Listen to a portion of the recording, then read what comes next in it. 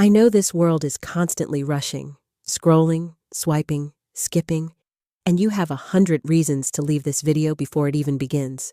So, if you're still here, even for a few seconds, I really appreciate it. I rewrite this story with the patience of someone who once sat silently in a room full of laughter. None of it meant for me. And I don't ask for anything. Not sympathy, not applause. Just hope that somewhere in here, you might feel a little less alone. If you feel it, leave a very gentle sign, a light touch on the like button, just to let me know someone is still listening. The room shimmered in champagne light. Crystal glasses clinked like wind chimes in a storm. Everything was perfect. White orchids, a string quartet, colleagues in tailored suits. My mother's retirement party was a spectacle. They called her a legend in logistics, the woman who turned delivery into poetry.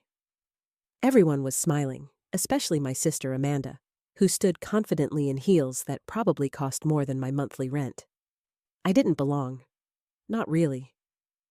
Still, I waited patiently in the corner of the reception hall, clutching the small wooden box I had brought. It was barely bigger than a jewelry case, hand-sanded, stained with care. Inside, a blueprint. My blueprint. When it was finally time for gifts, Amanda went first, an engraved Rolex. Thunderous applause. The CFO offered a framed company share certificate. More applause. Then someone gestured toward me. "And this is her daughter, right?" My feet felt heavy as I walked across the stage. I handed my mother the box. She opened it, looked inside, and blinked. "What is this?" she asked, just loud enough for the mic to catch. "Your 5th grade science doodles?" Laughter. A soft, rippling wave. Amanda covered her mouth and whispered, "Still chasing your little garage dreams, huh?" I didn't speak. I didn't flinch. I just stood there. Then, like fate interrupting a cruel play, the side doors opened. A tall man in a slate-gray suit stepped in. The room noticed, whispered. He was the keynote speaker. A tech CEO, someone my mother had been trying to partner with for years. He scanned the crowd, then locked eyes with me. "There she is," he said, smiling. "I've been looking for my boss." The room fell completely silent. Even the string quartet paused. My mother looked at me like she was seeing a ghost. Amanda's jaw tightened. I didn't move, didn't gloat. I just smiled gently, because I had waited years for this exact moment. I wasn't always the girl who made a tech CEO call her boss. Once, I was just the other daughter, the quieter one, the one who tinkered with broken radios while the rest of the family drank wine and debated business school rankings. Growing up, my home was paved in polished ambition. Our living room bookshelves weren't filled with stories or photo albums, but with Forbes magazines, annual reports, and leadership memoirs. My mother, well, she had her favorites. Amanda was a golden child. Debate team captain, Ivy League bound, fluent in French by junior year.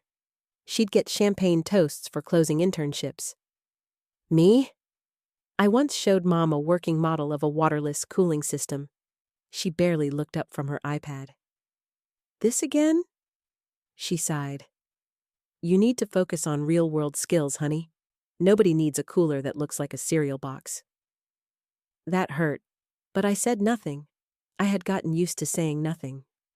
Once, when I was 13, I gave her a hand-drawn birthday card, built like a flipbook, each page unfolding into the next.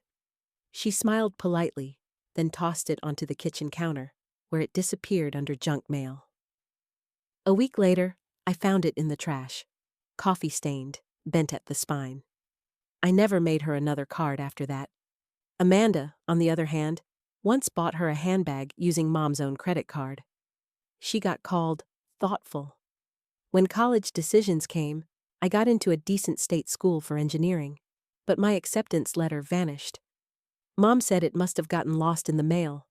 Later, I'd learned she had accidentally trashed it while sorting bills. She offered me a compromise. Take a gap year, dear. Travel, explore. Maybe something other than building gadgets.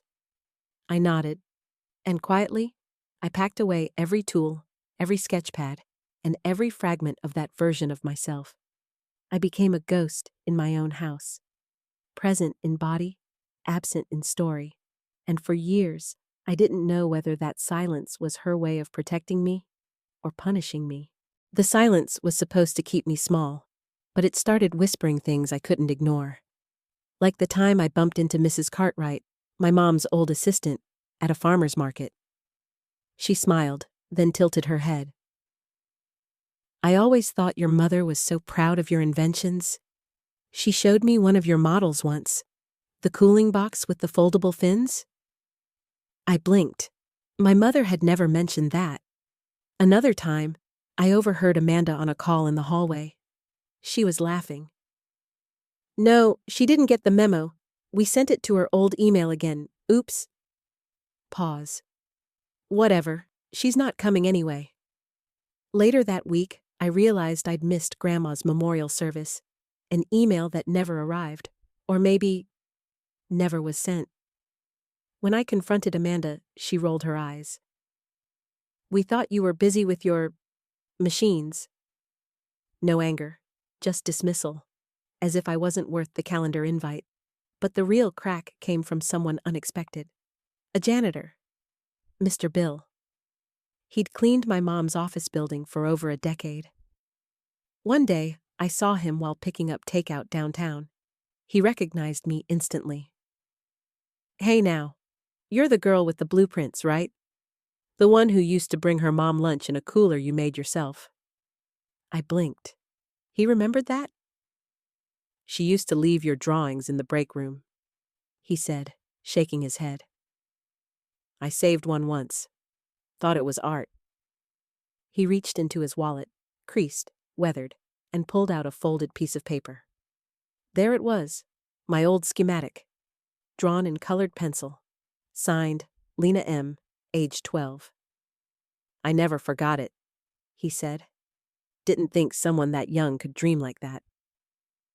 My hands trembled. He gave me something my own family never had. Validation. Proof. Memory. And in that moment, a question bloomed in me. Hot, dangerous, undeniable. What else have they tried to erase? A week after that strange encounter with Mr. Bill, the past came looking for me in the form of a key. It arrived inside a yellowed envelope, the kind that smelled faintly of sawdust and forgotten attics. No return address. Just my name written in shaky pen. Lena Margaret Monroe. Inside was a single brass key taped to a folded note. My heart stuttered. I recognized the handwriting. It was Grandpa's. He'd passed 2 years ago. Quietly, gently, the way trees fall in a forest when no one is watching. The note read, If you're reading this, Lena, they've probably already told you who you aren't. So I'm writing to remind you who you are. I sat down, hands trembling, eyes darting across his looping script. You used to build things in my garage, remember? The solar box, the paper-thin fan, the water purifier from the fish tank parts? I saved your best design. I filed the copyright. I put it in a safe, room 108, East Side Storage. Take this key, use it. Your ideas matter, even if she never said so. I clutched the letter to my chest. Suddenly, I could hear his voice again, gravelly, kind, always whispering, What if we added a little copper wire here? That same afternoon, I drove across town. The storage unit smelled like oil and rubber and rain. I fumbled with the key, slid up the door, and there it was, a fireproof box. Inside, blueprints, notes, prototypes, and, tucked neatly into a legal folder, the patent certificate, filed in my name, my 14-year-old name, with Grandpa listed as co-witness. A short letter followed. Don't let them convince you you're small. Small people don't change the way heat moves through the world. I didn't cry. I didn't cheer. I just sat there, completely still, realizing that someone, somewhere, had always seen me. And that was the moment I decided I wasn't going to ask to be included anymore. I would show up and make it impossible to be ignored. I showed up late to the retirement party on purpose, not out of spite, not to make an entrance, just enough to be noticed last. The ballroom was a chandelier of compliments. My mother stood in the center, glowing in a satin pantsuit the color of champagne, surrounded by people who spoke in buzzwords. Synergy. Legacy. Empire. My sister Amanda gave a toast, a well-rehearsed performance with bullet points disguised as memories. There was laughter, a few tears. Then a host, an overly polite MC with a too-tight bow tie, announced it was time for the family gift. All eyes turned. Amanda lifted her Rolex box. The crowd gasped. I walked forward, slow, measured, no heels, just worn boots and a charcoal blazer that still smelled faintly like soldering fumes. Someone whispered, "Is that the daughter who dropped out of Georgia Tech?" Another murmured, "Didn't she move to Ohio or something?" I didn't correct them. I just smiled and placed the small wooden box in my mother's hands. She looked confused, opened it. Silence. Then a soft, rising laugh, hers, followed by Amanda's too sweet giggle. "Is this one of your inventions again?" my mother asked, tilting it for the crowd to see. "A box of wires and napkin math?" Another chuckle spread. Someone whispered, "Still playing engineer, huh?" My fingers curled gently at my side, but I said nothing. Then the ballroom doors opened. A tall man stepped in, broad-shouldered, neatly trimmed beard, carrying an aura of calm authority. It was Jason Whitmore, Chief Executive Officer of Halcyon Cooling Systems, a Fortune 500 name, the keynote speaker, who was now looking directly at me. "There she is," he said, nodding in my direction. "I've been looking for my boss."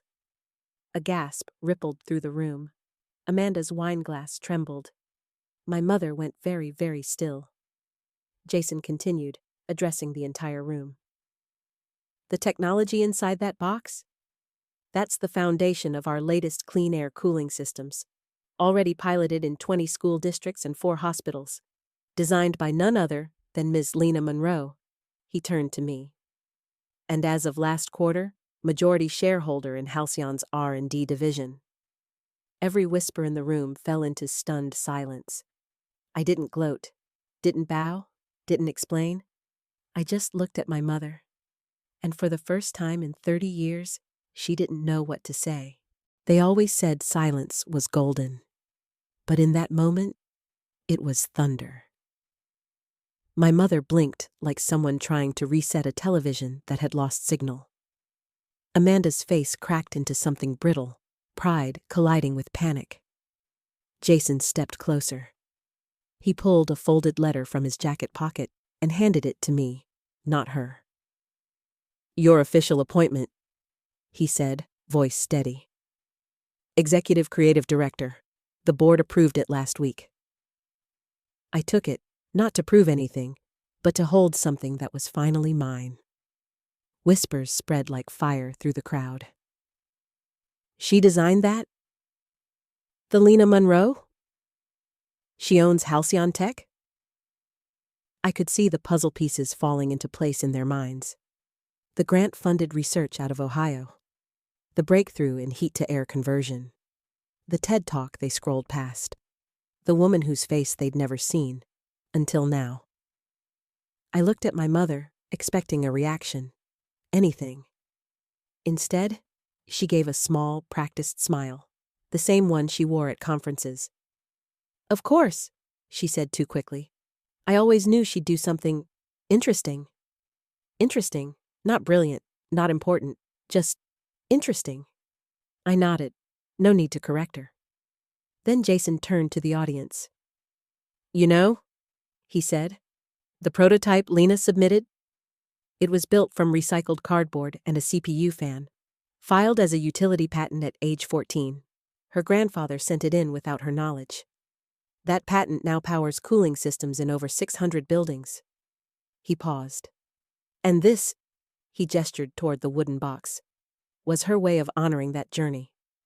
Applause, not roaring, but real, genuine, somehow warmer than thunder. Amanda looked like she wanted to disappear. My mother? Still smiling, still pretending. And that's when I knew. Some people don't break when the truth arrives. They bend it, frame it, try to claim a piece. But she couldn't claim this. Not anymore. This was mine. Filed in my name, signed in ink, rooted in love she never gave, but that I had found elsewhere. There's a particular kind of silence that doesn't come from awe. It comes from exposure, like turning on the lights in a room full of mirrors. My mother stood there, holding the wooden box like it was radioactive. Amanda had stepped back behind a floral arrangement, pretending to sip her wine, though her glass was empty. I faced them now. Not the crowd, not the CEO, just them. You told me to be realistic, I said softly. You called my ideas impractical distractions. Amanda let out a breathy laugh. Oh, come on, Lena. It was just a phase. You glued wires to cardboard. I turned to her. That cardboard now regulates temperature in every pediatric ICU Halcyon supports. The room tensed, but I wasn't angry, just done pretending. My mother straightened her back. That's wonderful, darling, truly, but if we hadn't pushed you— You didn't push me, I interrupted. You erased me. A few guests shifted uncomfortably, others leaned in. You never came to one science fair. You told people I was taking time to travel when I was working 3 jobs to build that prototype. You forgot to send my scholarship forms. Or maybe you didn't forget. My voice didn't crack. It clarified. I wasn't a disappointment. I was inconvenient to your image. My mother's eyes flicked to Amanda, then back to me. She opened her mouth. But the voice that cut through wasn't hers. It was Mr. Whitmore. Jason. She didn't just build a product, he said. She built an ecosystem. Our R&D division is modeled after her original garage layout, and she did it without legacy funding, without family support, without shortcuts. Amanda stepped forward, her tone sharp. Wait, are you saying she owns part of Halcyon? Jason blinked. She owns the patent, the core technology? Yes, Amanda, she owns a lot more than that. My mother sat down, not from shock, but because there was nowhere else to stand that made her feel taller. The woman who once told me I'd never be taken seriously unless I dressed like I meant it, now watched me command a room without changing a thing. And in that moment, something broke. Not in me, in her. Because for the first time, she couldn't narrate over my story. There was no applause after that. No dramatic exit music. Just the soft sound of forks touching plates and glasses being set down a little too gently. I stood still, felt every eye on me, but I didn't flinch. Because I wasn't here for revenge. I was here for truth. I turned to my mother. I'm not angry, I said. I'm not even disappointed anymore. I just stopped needing you to believe in me. Her eyes shimmered, but not with tears, with calculation. Like she was already rewriting the evening in her head, turning it into some version where she always knew. Amanda stepped in again. Lena, don't do this. It's Mom's night. You've made your point. Can't we just move on? I looked at her, really looked. All the perfect edges, the curated life, the years of knowing she was the sun while I was a shadow. No, I said, voice low. I'm not here to make a point. I'm here to let go. Then I reached into my blazer and pulled out a second envelope, this one addressed to them. My final say. Inside, no lawsuit, no demands, just a note. You don't owe me an apology. I don't owe you reconciliation. We're even. I handed it to Amanda. She didn't open it, just stared at it like it was a trap. My mother finally stood again. After all I've done? You want to cut us off? After I gave you life? I exhaled. You gave me life, but I gave it meaning. That's when it landed, hard and clean. The thing she feared most. I didn't need her anymore. And when people stop needing you, you can't control them, can't shape their story, can't use your silence as a weapon. So I said the last words I would ever say to them in public. I don't need to be loved anymore. I just need to be real. Then I turned and walked out. No applause, no fanfare. Just my own footsteps, light and steady, against the marble floor. Behind me, they didn't call after me. They didn't stop me. And that was the most honest moment we ever shared. Peace doesn't arrive like a sunrise. It seeps in, like warm light through dusty windows. You don't notice it until you've lived without noise for long enough to hear your own breath again. I moved back to Ohio. Not to the old garage, but to a quiet lot just beyond the city. The land was cheap, the barn was crumbling, but the soil felt honest beneath my boots. I rebuilt, not out of spite, but out of belief. The belief that the things we create with care, whether machines or moments, can change people. I opened a learning lab. Not fancy, not sleek, just a converted shipping container with soldering kits, recycled batteries, and notebooks waiting to be filled. Kids came from all over. Some were silent, some loud, all a little broken in their own ways. I taught them how to wire solar panels using foil and tape, how to build airflow coolers from milk cartons, how to sketch an idea before they could explain it. And I taught them the lesson I never got in my own house. That dreaming is not childish. It's sacred. On the back wall of the lab, I mounted something. Not a plaque, not a trophy, just the wooden box. The one they laughed at. Now opened, proudly displayed. Beside it, a small sign in white paint.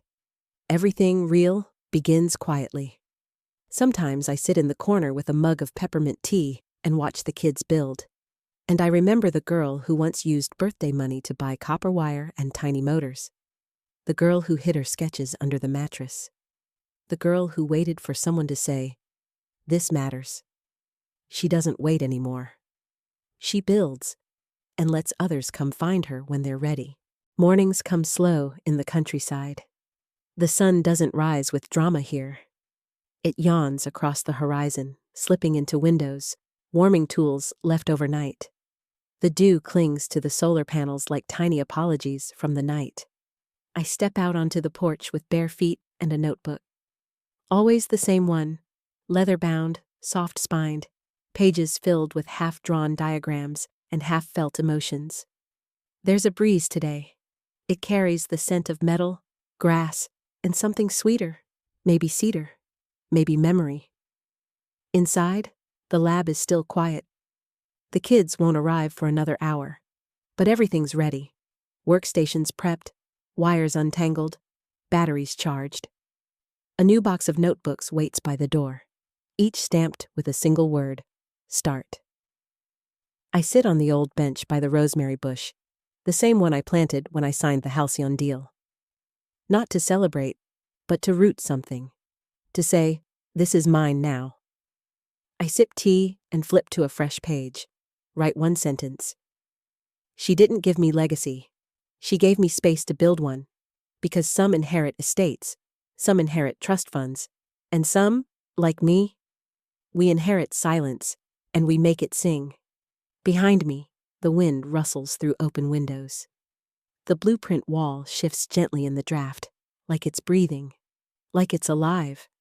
And I think, maybe it is, because every idea, every dream, every sketch once laughed at, now lives here, in the hands of kids who will build things I can't even imagine. The sun is higher now, the shadows shorter, and somewhere in the distance, a car door slams and a child's voice calls out. Time to begin again. But before I go, I whisper one last thought to the wind. Some relationships are roots, others are weights. I chose to plant mine and let the rest drift away. This story reminds us that silence isn't always absence. It can be space. And in that space, we get to choose. Shrink into it or grow beyond it. To anyone who's ever been overlooked, maybe they weren't blind. Maybe they were never meant to see you. But you can. See you again.